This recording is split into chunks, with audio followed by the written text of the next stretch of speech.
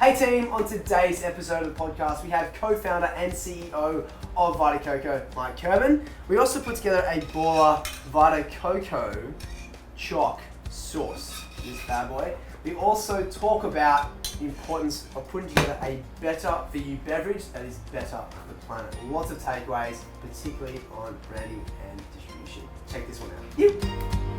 Mike Kirban.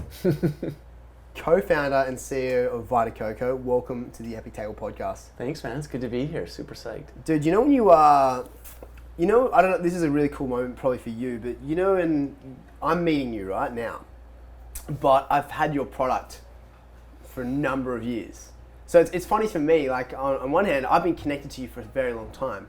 And I think it's a really cool moment for you it must happen to you all the time. Like when people find out you're the CEO and the co-founder of this awesome product, you're like, oh yeah, I started that, and I've heard you're very humble about it. That's it's a pretty amazing. cool feeling, right? It's the coolest thing ever. It's like you really, and the best is when people are like, I run marathons and I couldn't do it without your product, or I do this and I couldn't do it without your product, or I drink a lot and I couldn't get through my hangover without your product. It's like those things. It's really an amazing thing. I do get though a lot like,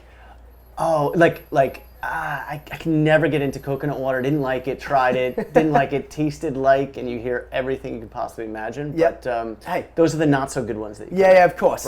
But it's not for everyone. But for whoever it is for, right. Let's just nail that area in the marketplace. But let's talk about what Vita Coco is for a second. For those who don't know, Vita Coco it's more than just the product that is coconut water. You've now extended into a number of different products. You've got coconut oil, which I'm going to use today, which I'm a massive fan of. Yep. I see here you got MCT oil as well, which I didn't know about. Yep. And then we're going to talk a bit later on something that's really passionate for me that I talk about in sustainability. Brought out a product that is really going to change the game when it comes to packaging. I think so and then the end result, which I'll just take a little slurp out of this for there you right go. now. Super exciting. But I think why I'll be honest in saying that Vita Coco to me was never directly I would never reach for it directly in the fridge. And this is purely because I didn't used to drink a lot of coconut oil. I didn't used to drink a lot of coconut water. But when this lovely lady, Dee here, told me about what you are doing, I've fallen in love. That's awesome. With what you stand for. And I want to be the person who helps tell the message of what Vita Coco stands for, the people they're impacting. Yep. And before we get into that, I want to hear how it all started. No, I really appreciate that. Thanks so much, man. Of course, man. Thanks. I think it's good for our listeners to hear, I'm not a regular coconut water drinker. Yeah. But I'm passionate about this world and how we can keep it going to the optimal conditions it should be. And for those people who live on it. Yeah. And so I may not have a product regularly, but I will support anything that stands for the good. And so that's why we're here today. I want people to hear about what you're doing. That's awesome. And I think there's a lot of people like that, right? And I think there's a lot of people that look at companies, consumer goods companies, whether it's beverages or food or whatever it is, and they want to be part of brands and companies that do better. 100%. And that's it just makes so much sense. 100%. So and I think today we have a product for everybody. So. Yeah, you've got everything here, and I'm not ashamed to say we've got every form of product. This is absolute product placement, and I'm proud because you are supporting so much. I'm not getting paid for this because every single thing you see here is absolutely supporting the greater good of some sort. But you started this company in New York City, far away from any form of summer vibes that is the brand essentially of Vita Coco. Yeah. So how did that all come about? You're like, oh yeah, I think I might just start a coconut water business. Something like that. Yeah, how's it come about, man? It started in a bar. All the best businesses start in a bar. What were you having? Was it a lager? What were you doing? No, we're drinking, actually, I think it was mojitos or something. With coconut water. And you're like, I need to sell this thing individually. There was no coconut water yet. There was 2 Brazilian girls. Cool. That's how it started. Okay. And me and a buddy of mine, we were in this bar right near here, actually, Lower East Side. Met 2 Brazilian girls at the bar, started talking to them, and one thing led to the other, and my buddy fell in love with one of the girls and moved to Brazil shortly thereafter to be with her. And this is your co-founder? Yeah. Yeah, cool. And I went down to visit, and in Brazil, coconut water was everywhere, and people were drinking it because of the hydration. So you'd walk into the grocery store, and there was Gatorade, and then there was packaged coconut water, which was blowing off the shelves, and the Gatorade was just sitting there, right? And so we started to learn more about it. He was looking for something to do, and just in Brazil, it was everywhere. So we figured, let's create a small business, see if we could, start selling it in the U.S. Created a brand, found a place to produce it, came back, found a way to distribute it, and it was never to be what it is today, right? It was just a small little side project. The idea was, if we could sell, we had a number. If we could sell this much extra product, make this much extra money, we could just travel around and have fun with it. And that was kind of the idea. Sure. And turned into this. Okay, awesome. So what started out as a like hangout bro session, turned into a business to, help you have some passive income, to now, wow, how do I put it? Like, I look at it as a moral company. I really do. That's awesome. So let's talk about what you are doing that people probably don't know about, and why I love your company so much. Yeah.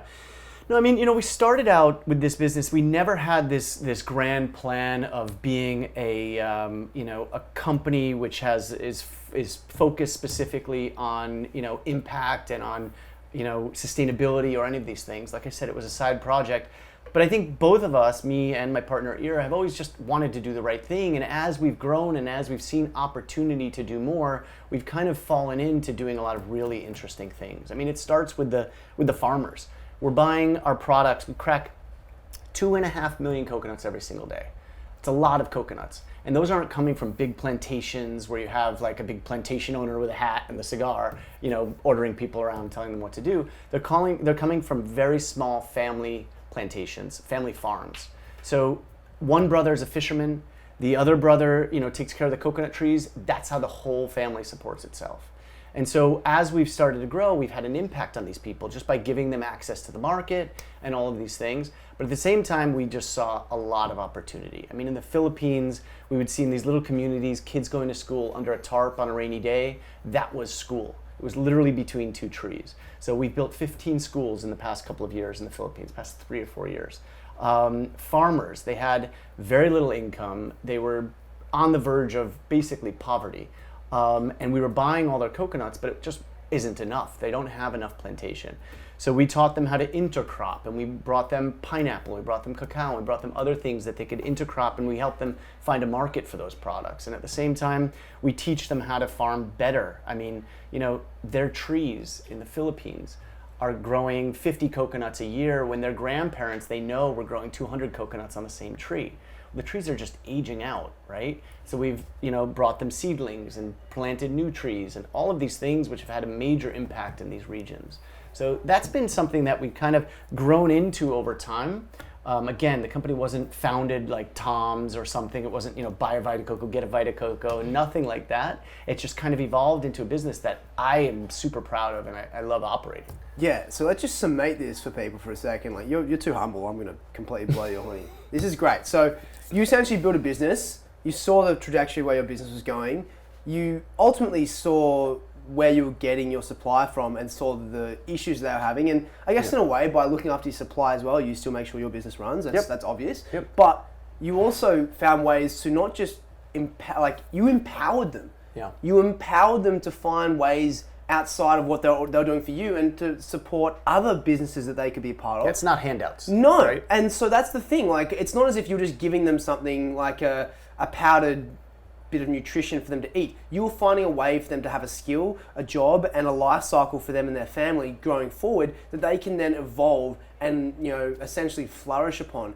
And that is where I think the biggest difference in when you're doing fundraising or charity work or whatever it is, I'm not interested in providing ways to just provide a meal. I'm finding ways to teach them how to fish. Exactly. Yeah. You've got to empower them to cook or build a business, and to hear that you're doing that with the resources you guys have, that is what is exciting to me. Thanks. No, it's awesome. And I think anyone listening just needs to recognize that, as you said, you can give them the fish, and how long does that last until they finally realize how to go fish themselves? Yep. That's huge. That's massive. No, it's fun. I mean, it's great. It's great to see the impact. And so for you, man, like, did that come about just I know in the past that you've always wanted to be in some way involved in humanitarian, or just like all of a sudden just like, oh, let's do this? No, I'm an entrepreneur. I've always, I've never had a job. I've never been on a job interview in my life. And so I've always known that what I want to do is business, but it's creating things, right? And so it's what I've always done.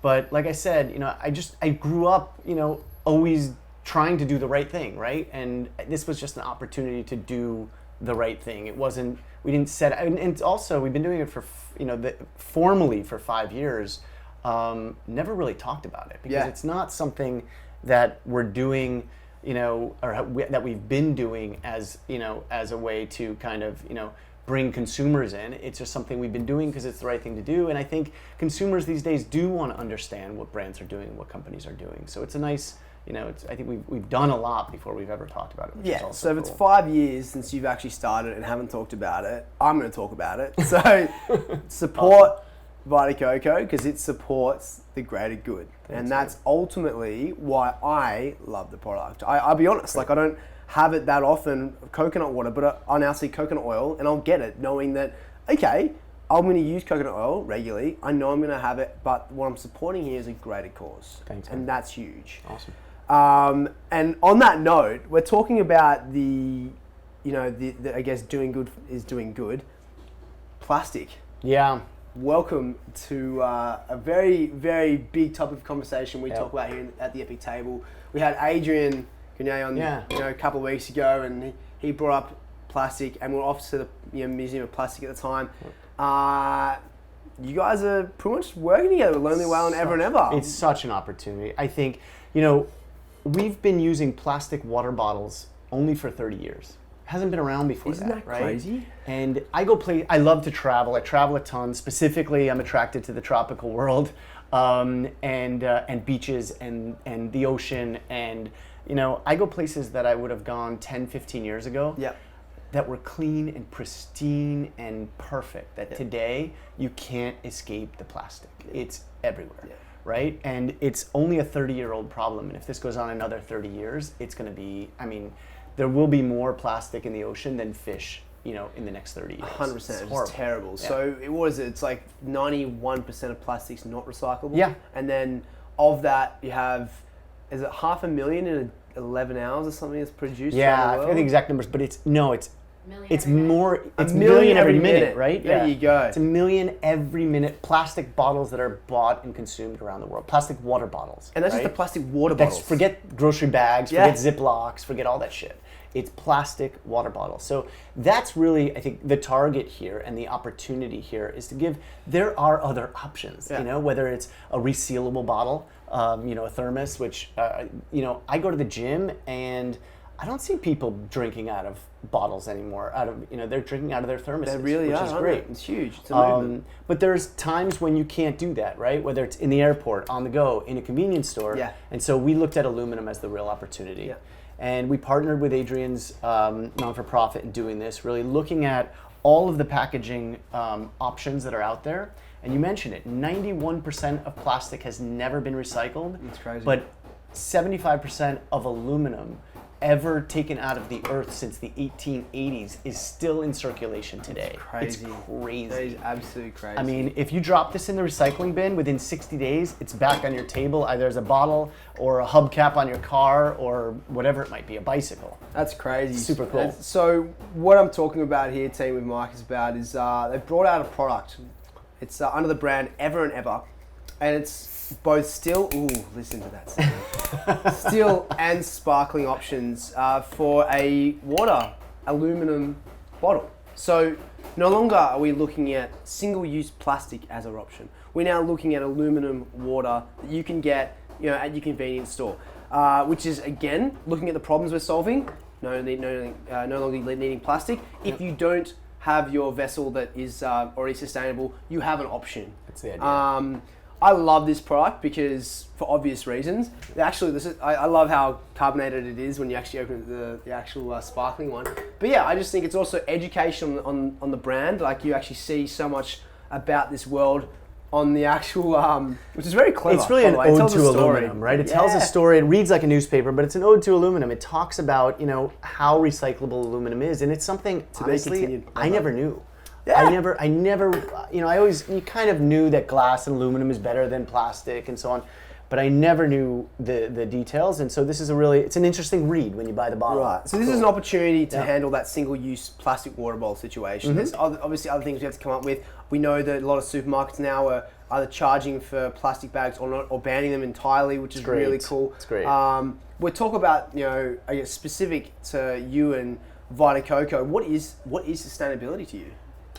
I mean, to us, we have such an opportunity to have an impact from a sustainability standpoint, and it's everything from the way we operate our farming with the trees, and the way the trees are harvested all year long. It's a completely sustainable crop, all the way down to the environment and our opportunity here with the aluminum bottle. I think that's the nice thing about what we've built. Again, we started with this little concept to create a side business, but today we're operating in 30 countries. We're selling in 30 countries, 400 employees, producing in 8 countries. We've got a pretty scaled big business that we now have the opportunity to do more with, right? That's awesome. And so when we look at brands that we can create and products that we can bring to consumers, why not do those in a way where you can have an impact on communities or on the environment or whatever it might be? So that's the beautiful opportunity that I see. Yeah, that's great, man.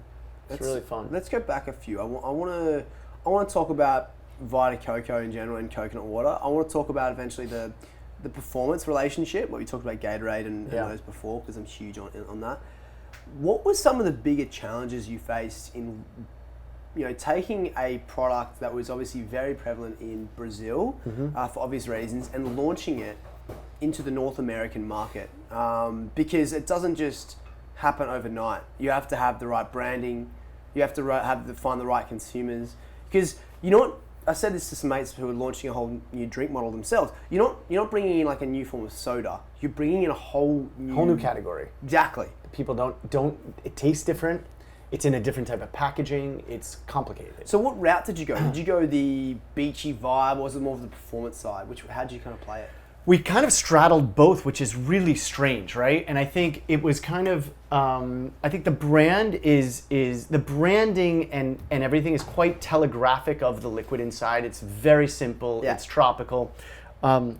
It's also, I think, a lot. It has a lot of me in it. Also, just the whole, I think that's important though. Yeah, it's really. Yeah. How many iterations of this brand have you done? This is so similar to the first one. Oh, cool. It's nice. Crazy. Good for you. 15 you go years? back and you look 15 years. Yeah, nice. We made some minor tweaks here and there, but it's pretty similar. But I think when we introduced this, people thought we were crazy. I remember I was with a bunch of my friends and I told them what I was doing, and they were literally on the floor laughing. They thought it was a joke. They thought it was hilarious. Yeah, it's crazy. And I'd bring it to distributors. I'd bring it to retailers. And back then, we were in a much smaller size with a pull tab. It wasn't even resealable. Oh, wow. So it was like a little pull tab on a box, and with this liquid that was unique to most people, and nobody thought it was ever going to work. But I think if you just will things hard enough, it kind of comes together, and that's what we did. And then as we started really talking about athleticism and the functional benefits of coconut water, the potassium, the electrolytes, the hydration aspect, it started to really catch on. So that was a very general, I loved how you kind of summated it. I want to talk specifically about it. It doesn't just, all of a sudden be in 100 stores or 150 stores, whatever it is.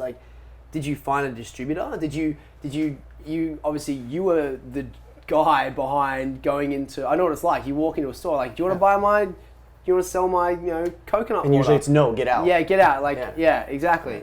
How did you persist? Where did you go? Where did the first, moment where you go, I've got a few customers here, come about, where you kind of found a consistency as to maybe this is the way I should, sell my product? Yeah, I think in the early days, the beauty of starting the business in New York is, New York is such a diverse, city with such a diverse demographic, and coconut water is probably the highest consumed beverage in the tropical world, whether it's India or Brazil or the Caribbean or wherever it might be. So what we found pretty quickly, it's not how we started. We started saying, okay, let's sell it as nature's Gatorade. But what we found is we could make our money in an Indian grocery store, or a Caribbean grocery store. That's really interesting. And it was a way for us to start a business and actually generate some cash flow without a lot of education. Okay, so you found the existing. Okay, so you thought. Okay, this is really interesting for people to have a takeaway. You put yourself in the position of where not the brand but the product would be had, and you then took it to the places where consumers who are from those locations would then relate to. Like, for example, if I see Vegemite on the shelf somewhere, I'm going to want to buy that. Yeah. And it's because it's Australian, right? That's your thing. So I get that. So you made the product front and center to a relatable audience in a relatable situation. In order to start the business. That's exactly. And then you get your cash flow going. And then you brought out the brand, which was the nutrient side behind it. And then we stood in Whole Foods for hours and hours and hours and hours every single day, sampling consumers and talking about the health benefits. And then they would drink it and they would feel it. That's the thing about coconut water. When you're really thirsty, when it's a really hot day or you're really thirsty after running or whatever it is, nothing quenches your thirst like a coconut water. It just gives you this instant gratification. I think that's why it clicked and it worked so well for people. We definitely touched upon that. I just with my performance background and bridging the performance to cooking aspect, we're definitely going to talk about the benefits of coconut water. Awesome. We're just going to have a little break, maybe a little chest bump, and we'll come back after that. All right, Mike, we're back, my man. Just because of what I love and what I do and what I love to talk about, let's talk about the nutrients inside let's talk about the nutrients inside coconut water and the benefits they are to performance, and the studies resulted in that. So let's start on that. Like, coconut water, what does it have? The biggest thing is the potassium levels. So Gotcha. it's like 2 bananas worth of potassium per serving, which potassium accelerates blood flow in the hydration process. So it's the electrolytes, it's the potassium that is really good for recovery, right? And it's also great for cramping. I know, a lot of professional athletes drink coconut water, and they drink it not only for the hydration aspect, but also the muscle cramping. I know a lot of OBGYNs also, are always prescribing it to their pregnant clients, and so it's just good for hydration and great for replenishment. So what is it, the potassium helps flush out, or It increases the blood flow, Gotcha. and so the speed at which the liquid gets through your body. Okay, which is really important. Yep. And obviously that's great for your blood cell plasma.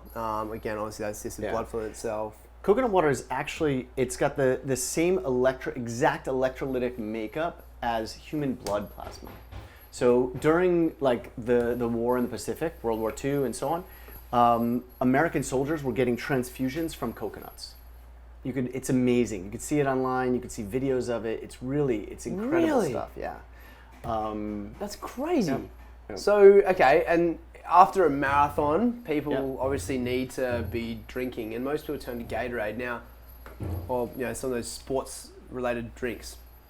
Is coconut water just as sufficient, in your opinion? It's actually better because with Gatorade and most, I would call them artificial sport drinks, they're loaded with sugar, right? And so the sugar does give you a spike, but it also gives you a crash. Gotcha. Gatorade has sodium. It has, I believe, some other electrolytes, but it's not really a balance of electrolytes. There's very little potassium. I don't think there's any magnesium. So it's actually a much better, and it's a natural, clean, simple ingredient. You're not drinking, Blue 57 or any of these things that you have no idea what the hell they are. It's just the liquid that comes out of a coconut, which is amazing. It's supernatural. And crazy. For our listeners who don't know what electrolytes actually do, what do electrolytes actually do? So electrolytes are a composition of different minerals. So potassium, manganese, magnesium, sodium, and it's how they interact together to hydrate your body. In a nutshell. In a nutshell. Yeah, or in a coconut shell. No pun intended. So that's great. You got, obviously I'm big on natural forms of, any form of natural, products. I don't like working with sugars in any way. Yep. One question I will have is, coconut water is naturally sweet. Sure. So comparing, and that's just the natural sugars from within. That's why we get coconut sugar, because it's the nectar of. What's the difference in, sugar content can say to this versus one of those other sports drinks we know about?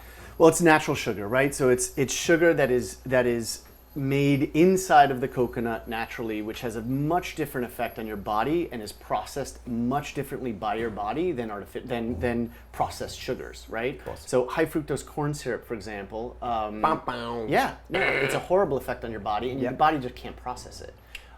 This is, like any other fruit. Coconut's not actually a fruit, but it has natural occurring sugar, which is actually what gives it a good taste, but it also actually helps with the process of replenishment. I mean, a little bit of sugar, natural sugar like this is actually and that's part of the whole hangover thing. We joke around all the time, but people, when they're hungover, they drink a Vita Coco and it gives them a boost. And it's a little bit of the natural sugar, then mixed with the potassium and the electrolytes flowing through your body. It really has an effect on performance in all different ways. Have you done a study with alcohol and Vita Coco and like hangovers? Yeah, I do it like 3 days a week. Okay. Some tequila. Yeah, exactly. Some Vita Coco. That's my poison. Nailed it. Is that okay? Yeah. Enter Danny. What are we talking about? So Runa just being the clean energy drink. No, I think clean ingredients are something that I've always been, has always been really important to me. And we acquired a business last year, actually a year ago, I think this month, which is Runa. Runa is really this incredible energy drink. So it's got more caffeine than a Red Bull or a Monster. That's a lot of caffeine. And it's a lot of caffeine, but it's brewed from one single leaf, right? Okay. So instead of Red Bull or Monster that are all these ingredients that are put together, a lot of chemicals and all sorts of things that create this effect, you're getting a better effect from this leaf called the guayusa leaf, which only grows in the Ecuadorian rainforest. We brew the leaf and we produce this product. Can I just get that back? Guayusa? Guayusa. Guayusa. It's a leaf that has been grown by the indigenous tribes in the Ecuadorian rainforest for generations. And what they do is they drink it before they go night hunting, all these things, or in the morning around the campfire. It's like around the the fire. kava for Fijians. Yeah. No, cool. this thing is incredible. And so this company that we acquired last year, they created this whole supply chain in Ecuador with the local farmers. They've put all the farmers in business. They help them plant the guayusa. It's the same, very similar story to our coconut story, and a product that really works. Again, it gives you instant gratification with the caffeination, without the crash of coffee and other artificial energy drinks. And it's clean, and it's really this amazing product. So we're really excited about building a new entrant in the energy drink. So let's category. talk about that thought for you and where it's positioned, because you've done it before. You've got Vita Coco. You launched the coconut water in North America, and the strategy behind that. How would you position this? So listeners having a product, thinking about how I'm going to enter into the marketplace, you've done it before. What's your strategy on this guayusa leaf? Yeah. Good job, by the way. Bro. That was impressive. Thanks, man. Wow. Thank you. You've been practicing that. I heard it for the first time about 30 seconds ago. I was like, Impressed. guayusa. You were saying some stuff. I was pretending like Guayusa, actually. I was like, guayusa. No, I'm kidding. Yeah, cool, man. So let's get this. What was your strategy behind this one going forward? Yeah, I think the strategy was, find an energy drink consumer or somebody who wants to be drinking energy drinks, but doesn't want to be drinking conventional energy drinks, both from a health and wellness standpoint, and a nutritional standpoint. But also, a lot of people don't want to be seen, walking into the office in the morning with a Monster or a Rockstar in their hand, right? It's pretty baller. It's pretty baller. It's like you've either pulled all night, you pulled an all-nighter, or you're about to pull an all-nighter. Yeah, exactly. Exactly. So it's for a consumer who wants something better for them, and I think the key is the functionality. As I'm looking at our business, which is called All Market Inc., that's the holding company that we started 15 years ago. That is smart and original. Vita Coco. Yeah, What's that? Smart and original. Yeah. All marketing. No, so the whole idea was if coconut water doesn't work, let's call it All Market Inc. so that we can do anything we want. That was the idea. Swear to God. Dude, I reckon you don't give yourself enough credit for these branding ideas. Smart. I don't know about that. Yeah. But so coconut water did work, Vita Coco did work, but now we're sitting here not only with the name of a company that could do a lot more, but also this scale and this opportunity. So we started, we acquired Bruno. We started developing other products around Vita Coco. We're doing Ever and Ever. But as we looked at beverage opportunities, energy drinks are just such a great place to play. Yeah, like there's definitely a market for it. I mean, you've got access to your existing distribution network, that's which is key. very, very key. It's great. But if you weren't, like you've talked about where you've identified yourself in the market, what's your next step? You don't have access to your distribution. What do you do? That's, a challenge, right? And that's when we started, the first interview I ever did was this elevator pitch. And it was on MSNBC or something like that. And it was me in a mock elevator, and I'm not the tallest guy in the world. And it was a man and a woman, both over 6 feet. He was probably 6'4", she was like 6. And I'm in an elevator looking up at the two of them doing this interview. And the first question I remember her asking me was, how are you going to launch this product if you don't have distribution? You're not with Coke, you're not with Pepsi. At the time, she said, you're not with Cadbury. And I couldn't answer the question. I had no idea. But I just knew that eventually I'd figure it out. And that's kind of what we did. And it was really going store by store by store, finding a delivery service, really using a logistics provider I was doing all the sales. And I think for anybody starting doing all the sales? Yeah, on my rollerblades, which is really sad to say. You're holding a very summery drink with coconut trees on it and you're rollerblades. I think you're fitting the brand.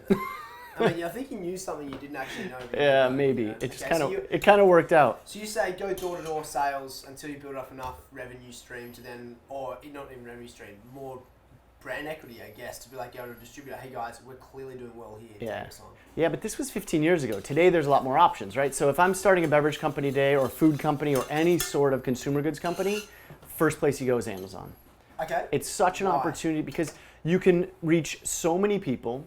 You can market your product and drive everybody in the entire country to one place to buy it without having to open up broad distribution. And you could start to prove out a concept. You couldn't do that really 15 years ago, right? And so I think that's one of the beauties of this space we're playing in today, and that's in the US. As you look at other markets around the world, I mean, we have a pretty big business today in China. China is incredible with e-com and the different routes to market and different channels of trade that you can drive consumers to. You don't need to be in the grocery store anymore. Okay. And so it's really, you could do a lot more these days. But if I'm starting a business today from scratch with nothing, first place I go is e-com. Okay, and my next question on top of that is, how do you drive traffic to e-com? How do you drive traffic? How do you know your traffic is even going to be on that? Yeah. I know it sounds like, well, everything's on that, Dan, but you got to drive traffic to your product. So the only way to do it is you use conventional methods, right? So whether it's standing on a street corner and handing out samples, or it's talking to people and creating word of mouth. If it's a functional product, maybe you're if it's a hydration thing or something like that, maybe you're at the point of sweat in the gym and things, talking to people. Or today, luckily, you have digital and social, right? So you have such an opportunity to reach so many people with your message without literally having to be face-to-face with them and in front of them. Jump on a podcast. Or you just jump on a podcast. Yeah, you hang out with this and you could cook a meal at the same time, which is incredible. Yeah, it's pretty baller, right? When you actually, really what was your reaction when Danny told you you're going to go on this guy called Dan Churchill's podcast? I thought he's going to cook your meal. I thought it was awesome. Yeah, it's so much better than sitting in a studio, chairs facing each other. I'm about to, don't say it. Actually, you can say it, but it's just so funny because I'm about to go on some other podcast. All podcasts are good. It's just cool that I can cook in front of my guests. Not all of them you get to cook. So speaking of which, I've combined some coconut oil, the Vita Coco one. Smell it. With a little bit of maple syrup, some natural sweetener. I'm just going to kind of wait for that to kind of combine. It's getting real caramely. The beautiful bubbles are coming to fruition.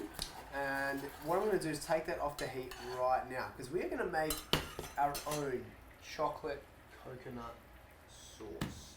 This is something you can do at home. It's essentially combining a fat, a sugar, and then a cream. And so instead of using, dairy, the chocolate or cacao, and sweetener with sugar, we're doing it on our own natural goodness. And this is a freebie, guys. You can do this at home. It's great. It's very popular. I put it on top of ice cream. I put it on top of cookies, anything like making that. So Sweet. in there, maple syrup, coconut oil. Allow it to cool down. before we add in our actual cacao itself. Cacao, the raw form of chocolate, fantastic form of antioxidants, help to get rid of those free radicals we don't like. Now, free radicals can occur when you're having, it's actually the byproduct of exercise even. Most important, it's actually the byproduct of energy. When you've got too much energy being used, it's a byproduct where it can start to get bouncing around into the system, where the bond actually breaks, you use the energy, and then you can have free circuiting, unfortunate free radicals. How do you get rid of them? Antioxidants. This is pretty cool. It's like cooking class / education / you do everything. Performance and cooking. Amazing.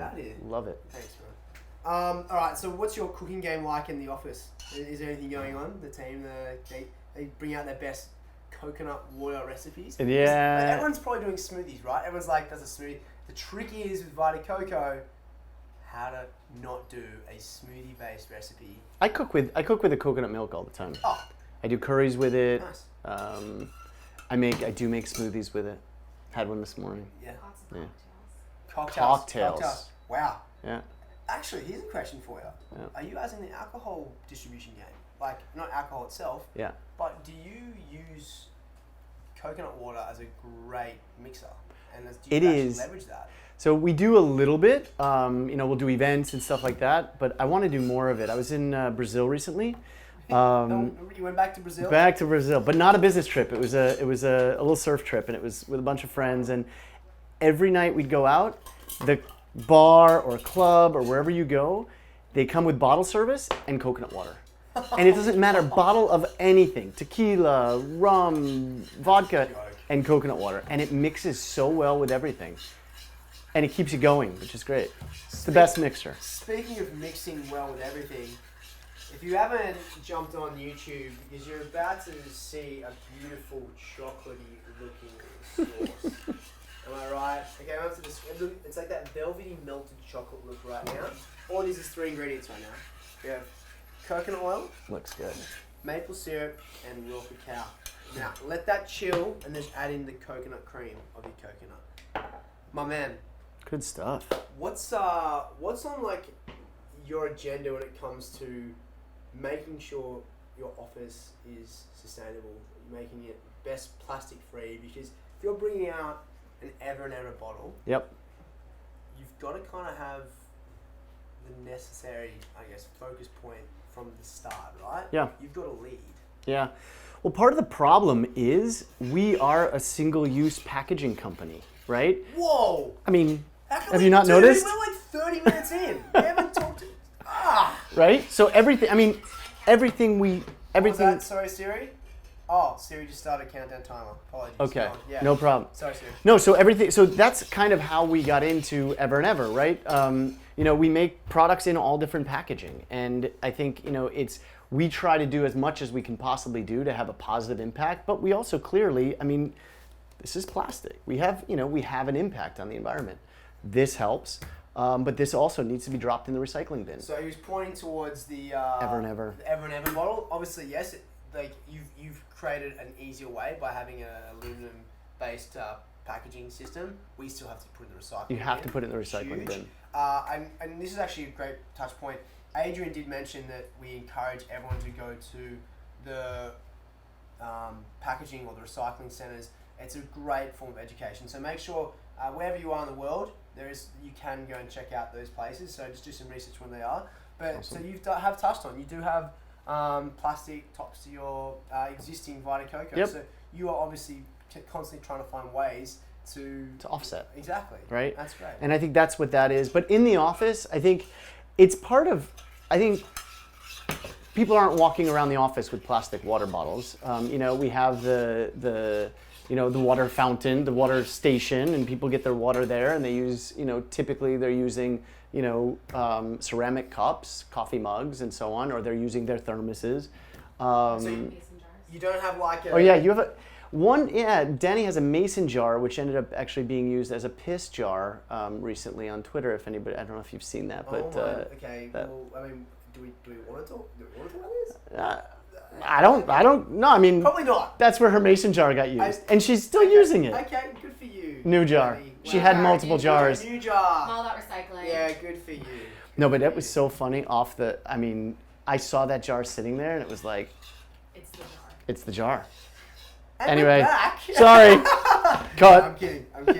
So guys, I'm going to add in the coconut milk now to our luscious chocolate base. And I'm just, okay. That looks so damn good. It's the pre-mix part. It's like the part where the white meets the dark and you have to then mix it together. So it kind of like has that start of the marble-like nature. So I'm just going to, we should always play some music over the top of this. And I'm going to use this to cut to our break.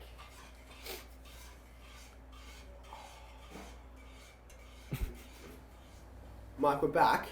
And I'm just going to use this time to talk about this beautiful pot of glorious. It's glorious. It's fantastic. It's glorious.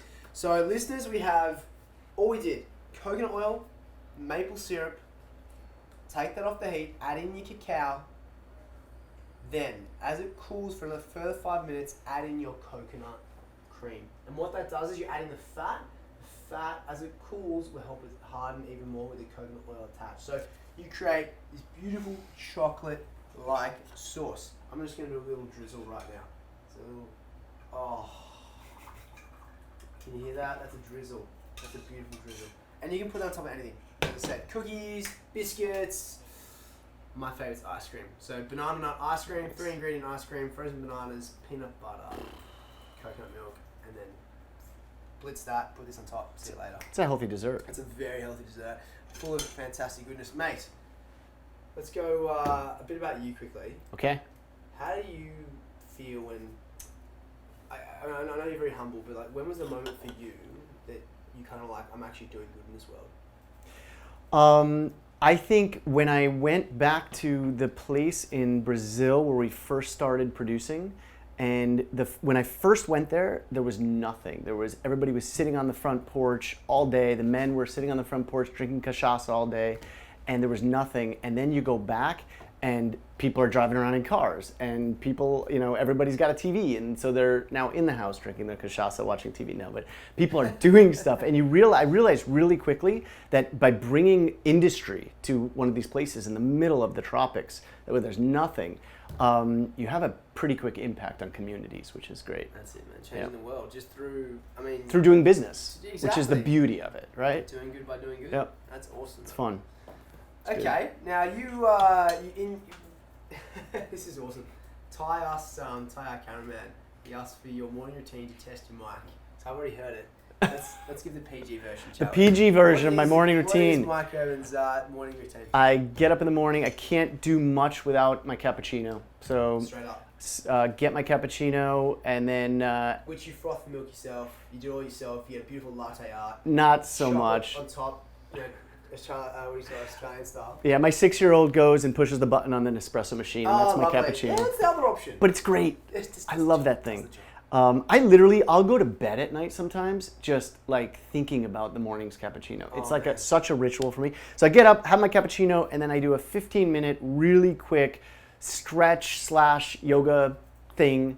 And then I start my day. Then I usually take the kids to school and I'm off to the office. And everything I do is in a very close vicinity, whether it's the house, the office, the kids' school is all within 3 blocks. So I keep everything very simple and quick, and I like to do a lot of things throughout the day, so it makes it easy. Is that a big,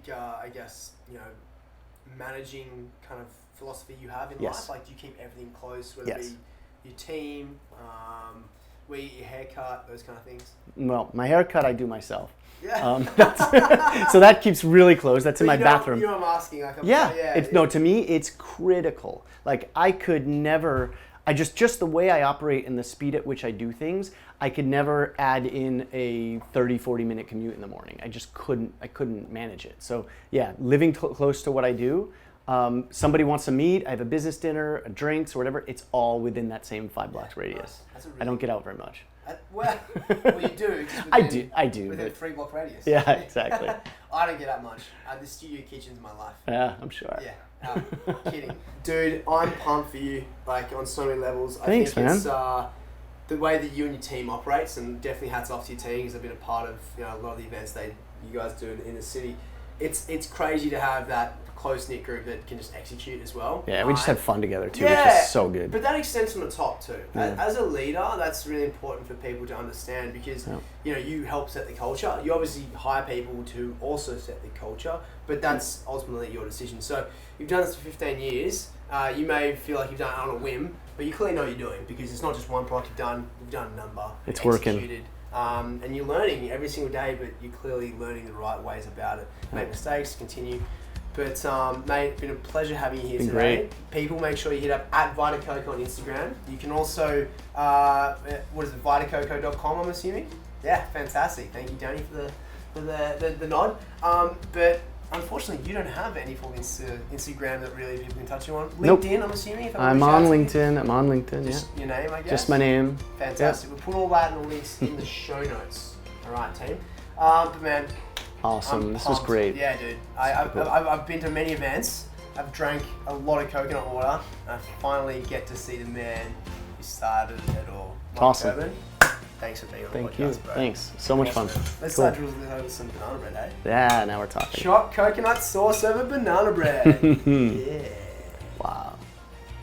That banana bread was already really good. Yeah. Going in for more.